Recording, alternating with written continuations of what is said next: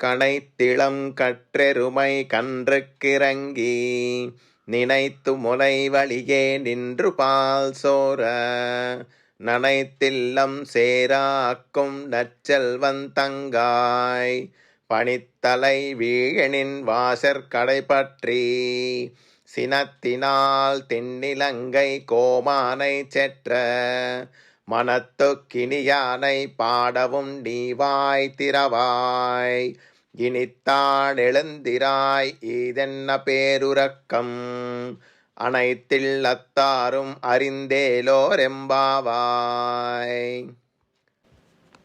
ఈ 12వ పాసురంలో మన ఆండాళ్ తల్లి గోపికను ఉద్దేశించి లేగదూడలను తలుచుకొని గేదెలు పాలను నిరాటంకంగా స్రవిస్తూ ఉన్నాయి. ఆ పాలధారలతో ఇంటి ప్రాంగణమంతా తడిసి బురదైపోయింది. ఇంత సంపద కలిగిన గోపాలునికి నీవు చెల్లెలివైతివి. ఓయమ్మా, మేమందరము నీ వాకిటకు వచ్చి పైన మంచు కురియుచున్నను సహించి నీ గడప నానుకొని నిలిచియున్నాము. పైన మంచు కురియుచున్నది, కింద పాలధారలు బురద చేయుచున్నవి. మేమంతా మనస్సులో మాధవునే నింపుకొని ఉన్నాము. పైన మంచు కురియటమనే శ్రీసూక్తి ధారల ప్రవాహం సాగిపోతూ ఉన్నది.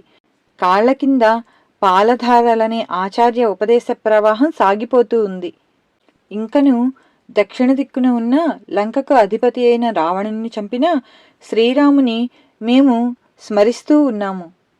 మనస్సులలో నిరంతర మాధవ సంశ్లేష భక్తి ధారల విచ్ఛిన్నంగా పొంగి పొర్లుతున్న ఈ 30 ధారలతో తడిసి తడిసి కూడా నిన్ను మా గోష్ఠిలో చేర్చుకొనుటకై నీ వాకిట గుమ్మానికి అంటిపెట్టుకొని ఉన్నాము. ఇది వినియైనను నీవు నోరు విప్పవా? ఇంక మేలుకొనవా? ఏమీ ఈ గాఢ నిద్ర? ఊరివారికి అందరికీ నీ విషయం తెలిసిపోయినది లెమ్ము అని కృష్ణుని విడవక సర్వకాలములందు ఉండుటచే స్వధర్మమును కూడా చేయలేని దశయందు ఉన్న ఐశ్వర్య సంపన్నురాలగు ఒక గోపాల్ని చెల్లెల్ని మేల్కొల్పినారు. ఆండాళ్ తిరువడిగలే శరణం.